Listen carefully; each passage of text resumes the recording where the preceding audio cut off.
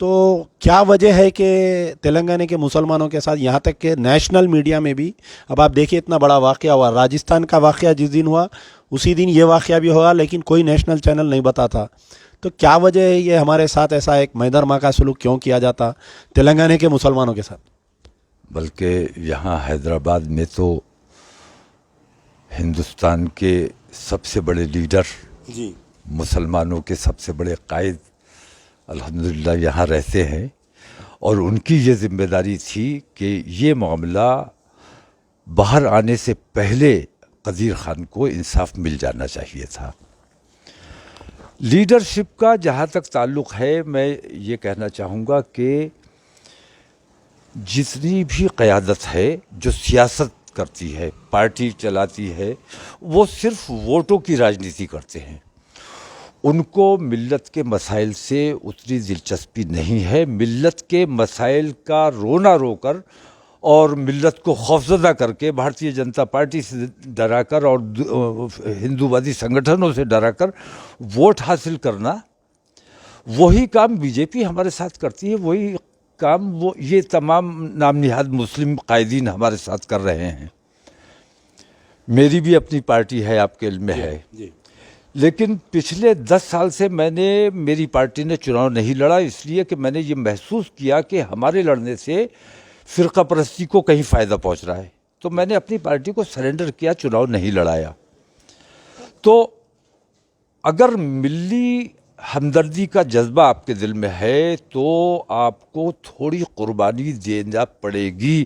قربانی کے بغیر آپ اپنی ملت کا کام نہیں کر سکتے, اور قربانی کا جذبہ اگر آپ کے اندر نہیں ہے تو آپ ملت کے ساتھ جو ظلم زیادتی ہوتا رہے گا اس کو آپ دیکھتے رہو گے, نظر انداز کرتے رہو گے. ووٹوں کی راجنیتی کرنے والے تمام لوگ, وہ چاہے بی جے پی والے ہوں یا کانگریس والے ہوں یا یہ نام نہاد مسلم قائدین ہوں, بہت سی مسلم جماعتیں ہیں, لیکن سب کا رویہ میں یہ دیکھتا ہوں کہ وہ صرف ووٹوں کی راجنیتی کرتے ہیں. مسلمان کے مسائل کی طرف ایمانداری سے کوئی توجہ نہیں دیتا.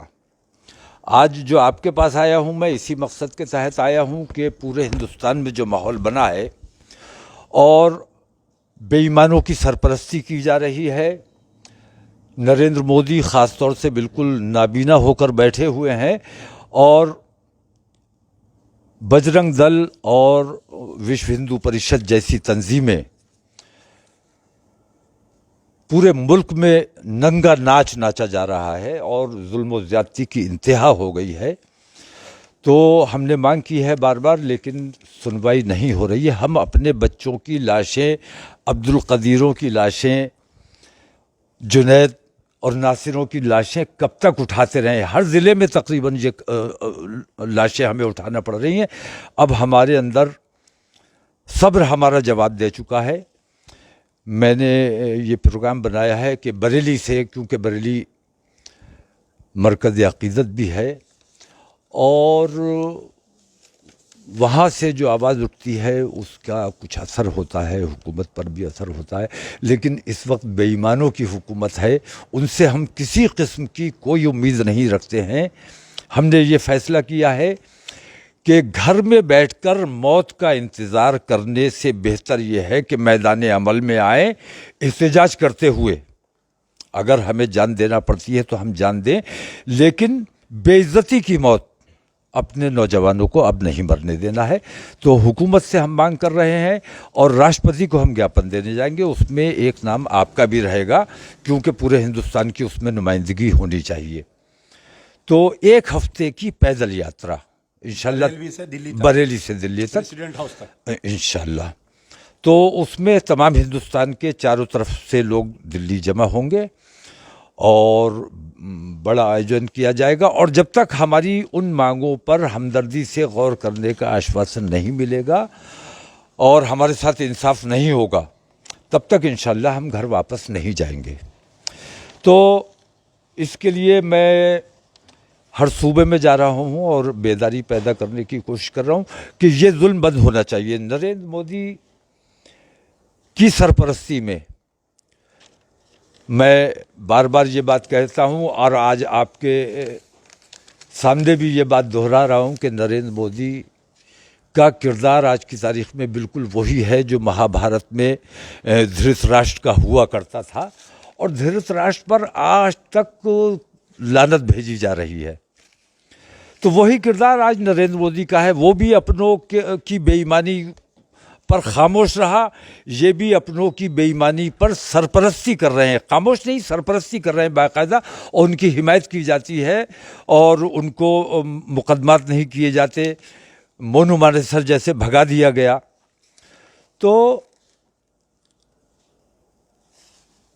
نریندر مودی سے بھی میں یہ بات کہتا ہوں کہ ہم اپنے ملک سے محبت کرتے ہیں، ہم اپنے بچوں کو اپنے کنٹرول میں رکھتے ہیں، بچوں کو ہم اپنے یہ نہیں چاہتے کہ وہ قانون اپنے ہاتھ میں لیں۔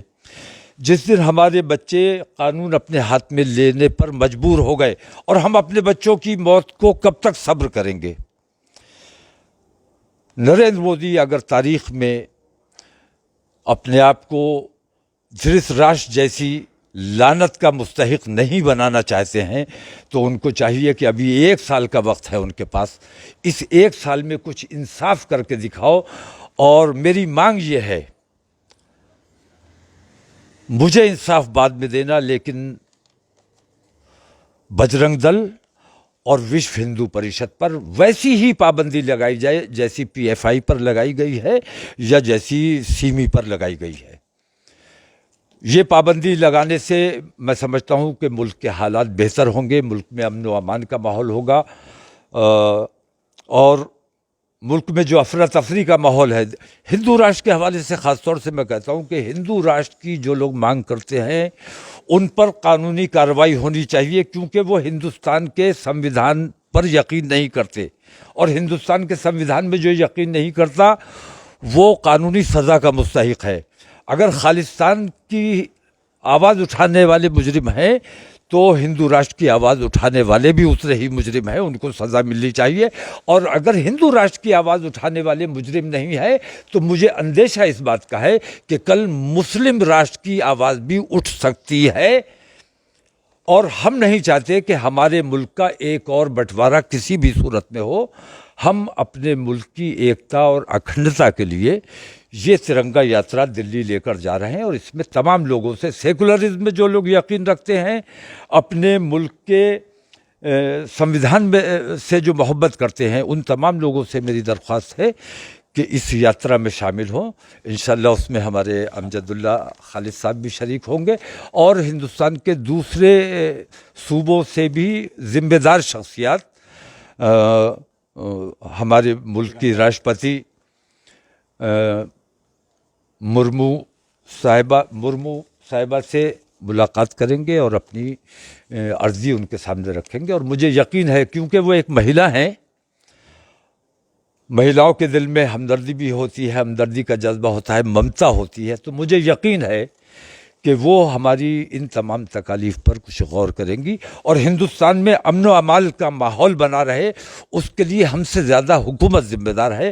اور ہماری اس یاترا میں کہیں بدامنی یا یہ آتنکوادی جو ہیں یہ کسی قسم کا خلل ڈالتے ہیں یا شرارت کرتے ہیں تو اس کی ذمہ داری حکومت کی ہوگی، اس کی ذمہ داری ہماری نہیں ہوگی۔